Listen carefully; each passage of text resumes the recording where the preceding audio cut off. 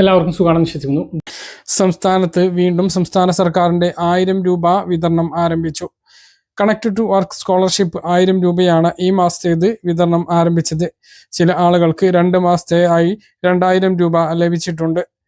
18 മുതൽ 30 വയസ്സ് വരെ പ്രായമുള്ള +2 ഡിഗ്രി, ഡിപ്ലോമ, ITI കോഴ്സുകൾ കഴിഞ്ഞ് ജോലിക്ക് വേണ്ടി കാത്തിരിക്കുന്നവർക്കാണ് എല്ലാ മാസവും 1000 രൂപ ലഭിക്കുന്നത്. ഒരു വർഷത്തേക്കാണ് സഹായം ലഭിക്കുക.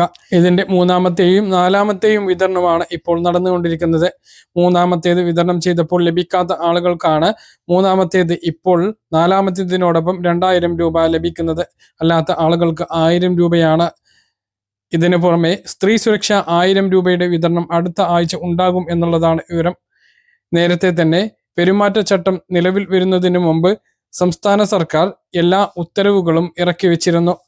സംസ്ഥാനത്ത് മെയ് മാസം വരെയുള്ള ക്ഷേമ പെൻഷനും സ്ത്രീ സുരക്ഷാ പെൻഷനും അതാത് സമയത്ത് വിതരണം ചെയ്യുന്നതിന് വേണ്ടിയുള്ള ഉത്തരവുകളാണ് നേരത്തെ ഇറക്കി വെച്ചിട്ടുള്ളത്. ഇത് പ്രകാരം ഇലക്ഷന് മുമ്പ് ക്ഷേമ പെൻഷൻ വിതരണം നടത്തിയിരുന്നു. 4000 രൂപയാണ് ഗുണഭോക്താക്കൾക്ക് ലഭിച്ചത്.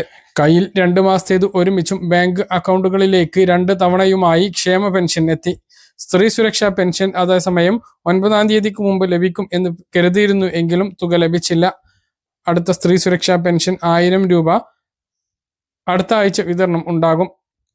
കണക്ട് ടു വർക്ക് സ്കോളർഷിപ്പ് ഇപ്പോൾ വിതരണം ആരംഭിച്ച 1000 രൂപ 18 മുതൽ 30 വയസ്സ് വരെയുള്ള വിദ്യാർത്ഥികൾക്ക് ലഭിക്കുമ്പോൾ 35 മുതൽ 60 വയസ്സ് വരെയുള്ള BPL വിഭാഗത്തിൽപ്പെട്ട കുടുംബങ്ങളിലെ സ്ത്രീകൾക്കാണ് സ്ത്രീ സുരക്ഷാ പെൻഷൻ ലഭിക്കുന്നത്.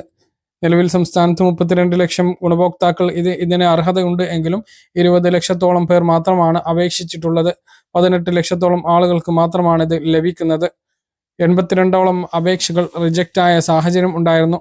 പദ്ധതിയിലേക്ക് അപേക്ഷിച്ചിട്ടുള്ള ആളുകൾ നിങ്ങളുടേത് റിജക്റ്റ് ആയിട്ടുണ്ടോ, എന്തുകൊണ്ടാണ് എന്ന് പരിശോധിച്ച് അതിൻ്റെ കാരണങ്ങളെല്ലാം ക്ലിയർ ആക്കി അക്ഷയ കേന്ദ്രങ്ങളിലൂടെ തന്നെ റീസബ്മിറ്റ് ചെയ്യാൻ വേണ്ടിയിട്ടും ശ്രദ്ധിക്കേണ്ടതാണ്.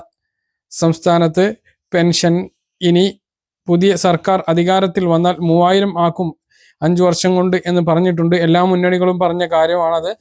അപ്പോൾ പുതിയ സർക്കാർ അധികാരത്തിൽ ഏറിയാൽ ഉടനെ ഒരു ബജറ്റ് ഉണ്ടാകും.